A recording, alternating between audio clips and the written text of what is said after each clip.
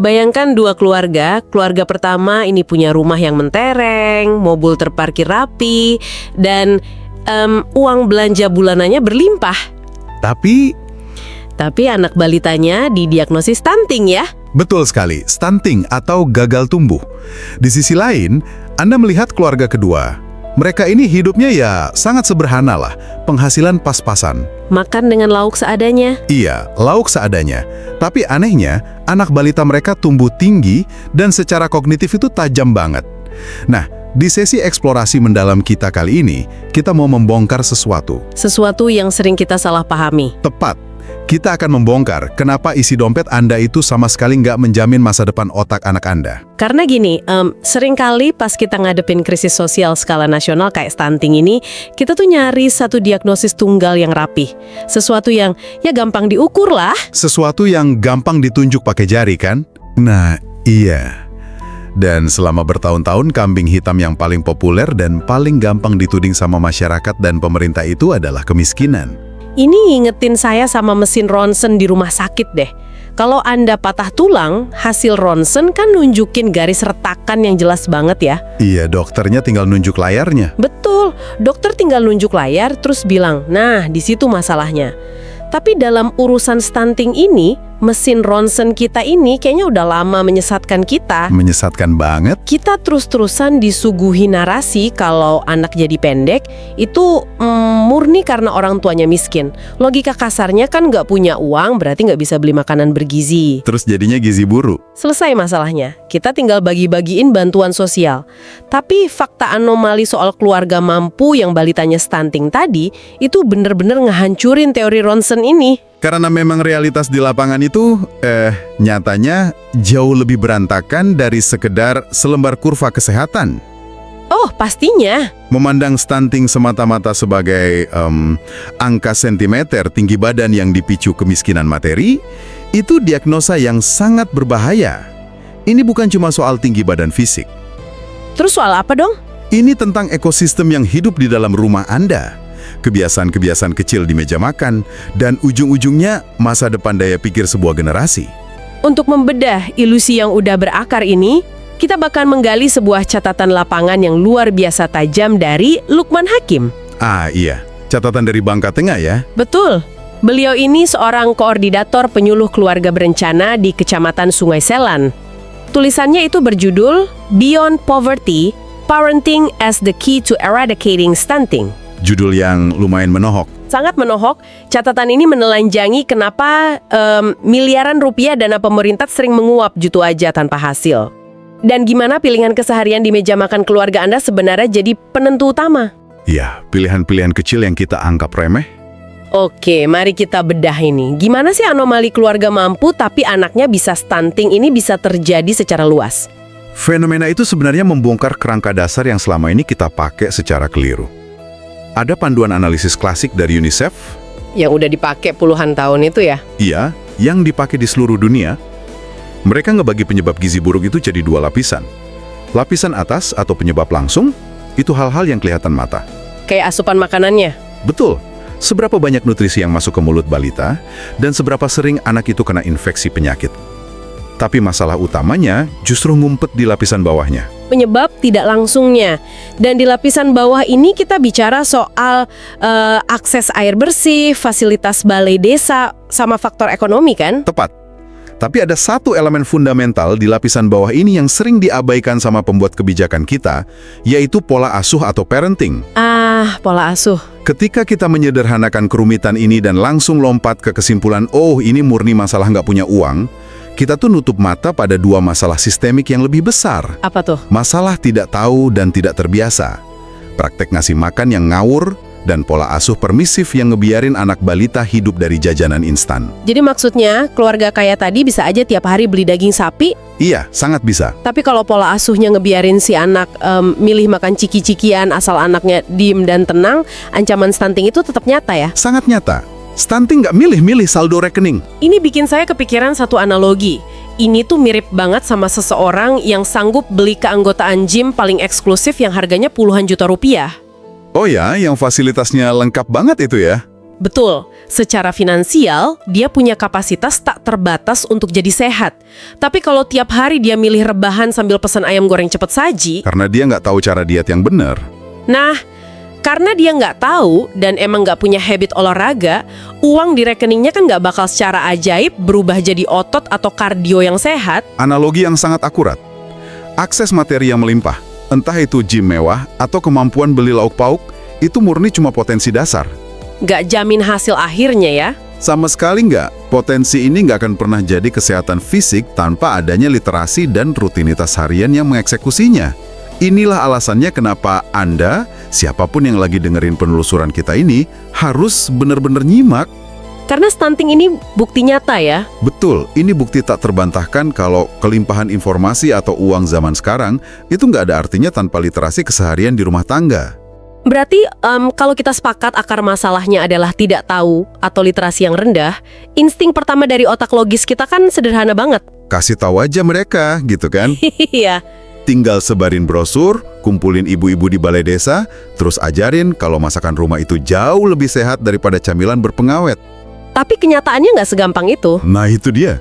Pas baca catatan Lukman Hakim, ternyata orang tua yang udah tahu pun nggak otomatis ngubah kebiasaan mereka. Ya, pengetahuan aja nggak cukup. Pas anak rewel, orang tuanya stres, kecapean, ujung-ujungnya biskuit manis dan jajanan kemasan lagi yang dikasih demi ketenangan sesaat. Kenapa sih jebakan kepraktisan ini begitu mengikat? Yang paling menakjubkan di sini adalah gimana cara kerja psikologi manusia saat lagi ditekan sama rutinitas hidup yang nguras emosi. Oke, gimana tuh penjelasannya? Ada satu konsep yang relevan banget dari pakar psikologi klasik, Albert Bandura. Teorinya nggak rumit kok. Intinya, manusia itu nggak ngambil keputusan murni dari pengetahuan rasional di kepalanya. Jadi pengetahuan rasional itu bukan yang utama. Bukan. Pengetahuan rasional itu seringnya cuma ada di urutan kedua atau ketiga pas kita bikin keputusan sehari-hari. Terus apa dong yang ada di urutan pertama? Tekanan sosial dan kebiasaan meniru. Meniru lingkungan sekitar maksudnya. Betul. Bandura nunjukin kalau balita belajar makan dengan merhatiin piring orang tuanya. Tapi yang lebih krusial, sang ibu juga terus-terusan meniru lingkungan sosial di sekitarnya. Oh, paham. Coba bayangin, seorang ibu mungkin tahu dari penyuluh kalau sayur bayam itu bagus. Tapi tiap sore dia ngelihat tetangganya dengan santai ngasih balita mereka es krim murahan atau mie instan. Terus otaknya mulai bikin pembenaran ya? Nah, iya. Otaknya merasionalisasi. Semua orang di desa ini juga gitu. Dan anak mereka kelihatannya baik-baik aja. Tekanan komunal ini yang ngalahin pengetahuan baru dari brosur tadi. Tunggu dulu, saya mau coba lihat ini dari sudut pandang pembuat kebijakan yang mungkin agak sinis ya. Silakan. Kalau kita bicara soal ibu yang ngasih makanan bermicin cuma karena anaknya tantrum nolak makan nasi dan dia pengen anaknya cepet diem, Ya, demi kepraktisan kan? bukannya ini terdengar kayak orang tua itu sekedar nyari jalan pintas? Apakah kita ini lagi nyoba memperhalus fakta kalau ada sebagian orang tua yang emang ya malas aja ngadepin tantangan ngasuh anak? Ini memunculkan satu pertanyaan penting. Dan jujur aja, ini tuh jebakan pola pikir yang paling sering bikin program pemerintah gagal total. Gagal karena kita gampang ngejudge ya? Betul. Sangat gampang buat kita yang duduk nyaman di ruangan ber-AC buat ngelabeli masyarakat di lapangan sebagai pemalas. Tapi mari kita lihat realitas sistemiknya. Oke, realitasnya gimana? Anda lagi ngomongin seorang ibu yang mungkin udah bangun dari jam 4 pagi. Dia nyuci baju sekeluarga, kerja serabutan buat nambah uang belanja. Terus sorenya udah kehabisan energi. Nah, di sore hari dia harus ngadepin balita yang menjerit nolak disuapin nasi. Keputusannya nodorin permen itu bukan kemalasan personal. Itu insting bertahan hidup. Oh, wow. Itu mekanisme coping bawah sadar buat nyari jeda kewanasan di tengah hari yang brutal banget.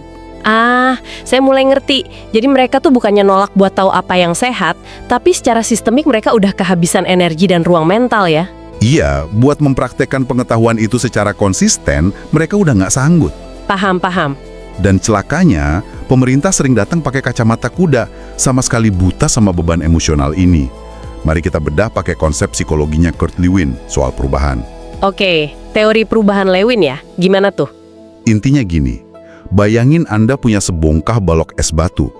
Kalau Anda pengen ngubah es ini jadi bentuk kerucut, Anda kan nggak bisa langsung ngambil palu dan mahat es itu? Iya, hancur berantakan dong esnya. Tepat, Anda harus nyairin esnya dulu. Lewin nyebut tahap ini unfreeze. Baru setelah cair, Anda tuang airnya ke cetakan baru, ini tahap change. Terus dimasukin kulkas lagi biar beku. Betul, itu tahap refreeze, biar dia beku kuat di bentuk barunya. Saya mulai nangkep nih arah ironinya. Berarti selama ini institusi pemerintah kita tuh datang ke desa-desa bawa palu besar. Iya, Mereka nyoba mahat es kebiasaan yang masih beku keras gitu. sempurna. Pembuat kebijakan turun ke lapangan, bawa spanduk gede, tua, terus ngomong satu arah. Ayo, makan telur. Berhenti jajan sembarangan. Langsung nyuruh berubah. Mereka nyuruh masyarakat lompat ajaib ke tahap change. Padahal pola pikir lama belum dicairin sama sekali. Warga belum disadarin secara emosional kenapa ciki-cikian itu ngehancurin otak anak mereka. Mereka belum ngerasa ada krisis ya di ruang makan mereka. Betul, tapi udah dicekoki instruksi komando. Tentu aja yang terjadi, ya penolakan. Minimal penolakan pasif. Mengingat tahap unfreeze satu pencairan tadi dilewatin gitu aja, dampaknya pasti merembet kemana-mana ya. Apalagi kalau kita bahas program negara yang dananya triliunan. Sangat berdampak. Nah, disinilah bagian yang sangat menarik. Di catatan Lukman Hakim tadi, disebutin ada satu program andalan yang masif banget, namanya Kampung Keluarga Berkualitas. Oh ya, itu program yang secara konsep kuat banget. Iya kan? Secara teoritis kedengarannya kayak amunisi pamungkas. Gak cuma ngurus gizi balita, tapi ekonomi, pendidikan, lingkungan digabung di satu wadah. Iya, secara konseptual itu solid banget. Sebenarnya ini berakar dari pemikiran ekonom pemenang Nobel, Amartya Sen, tentang konsep yang dia sebut kapabilitas. Kapabilitas gimana maksudnya? Amartya Sen itu berargumen, kalau Anda mau bener-bener ngentasin penderitaan, berhenti deh cuma bagi-bagi ikan gratis sama resepnya. Terus harus ngasih apa? Kailnya. Bukan cuma kail, Anda harus ngasih mereka dapur yang layak dan kebebasan mental buat meracik bumbu hidup mereka sendiri. Pembangunan manusia itu tentang memperbesar kapasitas individu. Biar mereka bisa berdiri sendiri ya. Betul. Dan kampung keluarga berkualitas ini awalnya didesain persis buat itu. Biar keluarga jadi pusat peningkatan kapasitas. Tapi, seperti yang sering terjadi di birokrasi kita, gagasan mulia dari peraih Nobel ini hancur lebur pas bersentuhan sama mesin administrasi. Sayangnya begitu. Visi besar soal memanusiakan manusia tadi menyusut tragis cuma jadi tumpukan kertas lapoan, rutinitas administratif tanpa jiwa. Karena ngejar target absensi. Betul. Di lapangan, penyuluhan jalan sesuai jadwal, absensi warga penuh, foto dokumentasi rapih dikirim ke pusat. Tapi roh perubahannya mati. Komunikasinya jadi satu arah ya. Sangat monoton. Pejabatnya berdiri pegang mic di depan, warganya duduk ngantuk di belakang. Kenapa? Karena energi petugas di lapangan udah habis disedot buat bikin laporan bulanan tanpa cacat. Memang birokrasi dimanapun tuh sering mengidap obsesi nggak sehat terhadap pencapaian output dibanding outcome. Bedanya gimana tuh di konteks ini? Kalau indikator sukses Anda sebagai penyuluh cuma diukur dari berapa formulir yang diisi atau berapa pertemuan balai desa bulan ini, Itu output ya. iya. Kalau cuma ngejar itu, Anda nggak bakal peduli apakah ada ibu-ibu di barisan belakang yang benar-benar berhenti ngasih anaknya mie instan. Wah, ini sama persis kayak manajer level menengah di perusahaan besar yang ngenilai sukses timnya murni dari jumlah meeting tiap minggu. Rapat itu outputnya. Betul, manajernya ngerasa super produktif karena jadwalnya penuh, notulensinya rapi, tapi dia buta sama kualitas produk akhir yang dibikin engineer-nya. Padahal produk akhir itu outcome-nya. Akhirnya, perusahaannya rugi. Iya, di akhir tahun laporannya tebel bersampul emas, tapi perusahaannya gulung tikar karena barangnya nggak laku. Masyarakat yang disuluh ini ibarat produk yang akar masalahnya nggak pernah kesentuh. Metafora yang tajam banget. Mari kita lihat studi kasus real di Bangka Tengah yang diulas narasumber kita ini. Dinamika di sana kan rumit. Kondisi ekonomi pesisir campur aduk sama tradisi ya. Betul, kalau kita ngirim pendekatan kaku dari ibu kota, gaya one size fits all yang nyeragamin solusi, Bakal mental ya. itu ibarat maksa masukin pasak persegi ke lubang bundar. Masyarakat akar rumput itu punya cara mikir sendiri. Kalau penyuluh cuma jadi operator pembaca instruksi pusat, es kebiasaan tadi nggak akan pernah cair. Tunggu, ini memunculkan rasa penasaran yang gede nih buat saya. Kita kan udah sepakat, birokrasinya kaku, nuntut laporan, berorientasi output. Ya, terjebak sistem. Terus gimana praktisnya para penyuluh di desa yang terjepit sistem ini bisa ngelakuin perubahan? Apa dokumen Lukman Hakim nawarin jalan keluar yang membumi? Nggak cuma utopia akademis kok. Karena di dokumen itu ada istilah yang ditekankan, yaitu integrasi mikro. Apa tuh maksudnya? Justru konsep integrasi mikro ini taktik paling cerdik buat penyuluh mengakali birokrasi tadi. Oh ya, ngakalinya gimana? Daripada repot bikin proposal program raksasa yang butuh 2 tahun buat disetujui kementerian, mereka ambil aja kegiatan rutin yang udah ada anggarannya. Tapi formatnya diubah radikal. Nggak lagi ceramah di balai desa? Enggak. Penyuluhnya ngeruntuhin jarak. Dia berubah jadi fasilitator dialogis. Dialogis yang kayak apa prakteknya di lapangan? Mereka lepas mikrofon, duduk melingkar sejajar, mungkin langsung di dapur sederhana salah satu warga. Wah, langsung ke dapur ya? Iya, terus nanya keseharian aja. Ibu-ibu, bahan pangan apa sih yang paling gampang dan murah di pasar kita? Misalnya jawabannya ikan lokal hasil tangkapan nelayan. Oke, terus dari situ bahas gizi ikan? Enggak, mereka nggak buang waktu ngebahas teori biologi asam amino. Mereka langsung ngajak warga praktek masak ikan itu jadi kudapan lezat buat balita. Langsung eksekusi ya? Dan nggak berhenti di situ, mereka muter otak bareng. Gimana nih olahan ikan ini bisa dikemas menarik terus dijual keluar desa? Aha, jadi dalam satu pertemuan informal itu mereka diam-diam ngehantam 2 masalah sistemik sekaligus dong? Tepat banget. Gizi masuk ke mulut balita, terus ada tambahan arus kas masuk buat dompet ibunya. Betul sekali. Itulah mekanisme detail gimana integrasi mikro beroperasi di celah birokrasi. Mereka pelan-pelan ngurai rasa putus asa ekonomi warga tanpa geser fokus dari nutrisi anak. Paham. Pas ibu-ibu ini mulai rutin ngolah ikan tinggi protein buat dijual, otomatis ketersediaan makanan bergizi di dapur mereka melonjak. Dan anak-anak mau nggak mau nyicipin ya? Pasti, anak-anak bakal konsumsi protein krusial itu tiap hari. Kebiasaan baru terbentuk organik tanpa paksaan spanduk. Di momen inilah balok es tadi mencair pelan-pelan, masuk cetakan baru, dan membeku jadi rutinitas sehat. Dan luar biasanya, taktik ngobrol di dapur ini bukan sekedar klaim sepihak petugas ya. Saya perhatiin ada rujukan ke literatur kelas berat, salah satunya riset masif di jurnal The Lancet tahun 2013 dari ahli bernama Black. Oh ya, The Lancet, itu ibarat kitab sucinya peneliti medis dunia. Mereka nemuin bukti telak soal dinamika ini kan?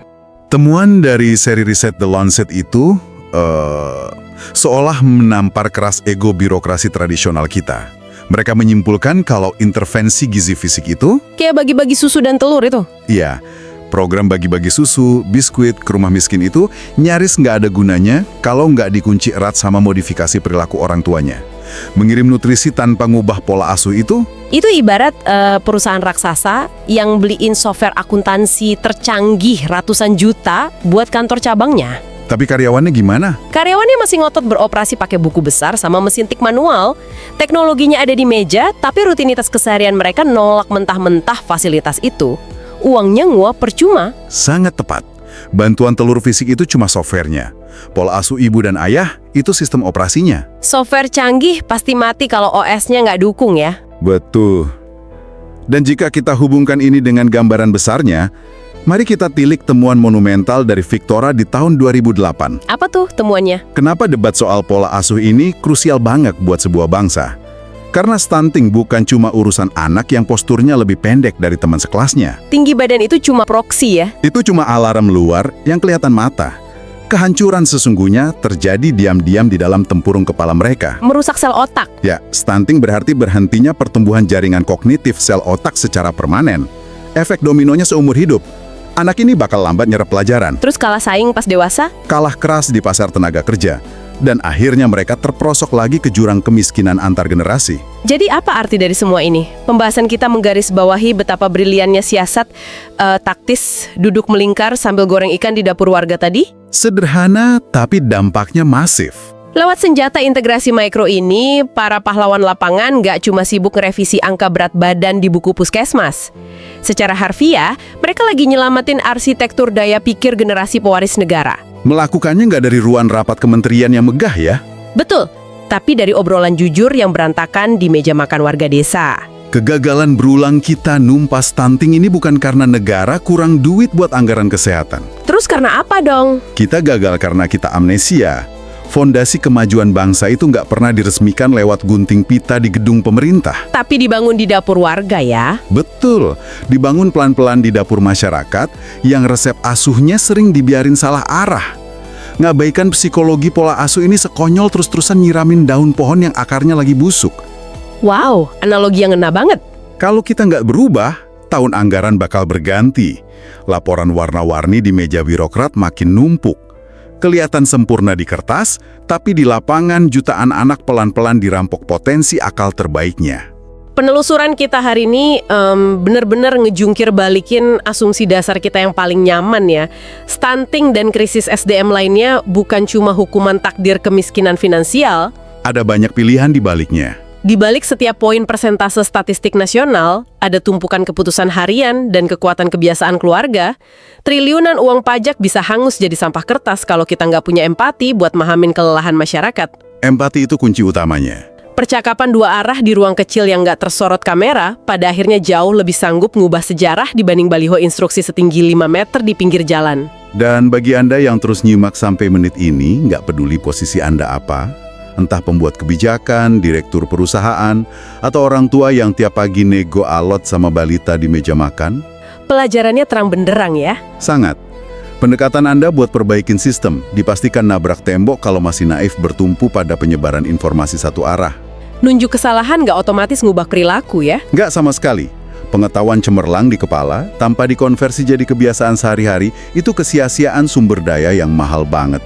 Karena ternyata meyakinkan jalan pikiran rasional seseorang itu beda jauh tantangannya sama ngegeser rutinitas harian fisik mereka. Jauh lebih berat ngegeser rutinitas. Kayaknya saya nggak bakal bisa ngelihat deretan jajanan manis di kasir minimarket dengan cara yang sama lagi deh habis ini. Udah beda ya sudut pandangnya sekarang. Beda banget. Kita terlalu asyik nyari retakan tulang pakai mesin röntgen kita. Padahal keroposnya tulang itu terjadi tiap kali kita kompromi milih kepraktisan sesaat daripada kedisiplinan yang melelahkan. Ini memunculkan satu pemikiran provokatif terakhir yang wajib Anda bawa pulang dan renungkan malam ini. Apa tuh? Jika masalah krisis daya kognitif sebesar stunting ini ternyata punya akar yang kuat dari hal sesepele kebiasaan komunal di dapur, masalah sistemik raksasa apalagi di hidup pribadi atau tempat kerja Anda yang selama ini salah Anda diagnosis? Wah, itu pertanyaan yang berat. Jangan-jangan, selama ini Anda cuma sibuk ngutuk kurangnya anggaran, nyalahin minimnya fasilitas, tapi Anda lupa ngaca dan memeriksa secara brutal sistem operasi kebiasaan harian Anda sendiri. Pertanyaan yang sangat tajam dan menusuk pikiran buat mengakhiri eksplorasi kita. Terima kasih telah menyisihkan waktu dan energi mental Anda untuk bergabung di penelusuran mendalam yang membuka mata ini. Semoga bermanfaat buat Anda semua. Semoga obrolan ini sanggup ngebongkar sekat cara berpikir lama Anda dan nantang Anda buat nggak gampang terbuai solusi instan dari diagnosis dangkal. Teruslah bersikap skeptis, rawat rasa penasaran itu, dan mari kita terus menggali kebenaran jauh melampaui apa yang sekedar tampak di permukaan.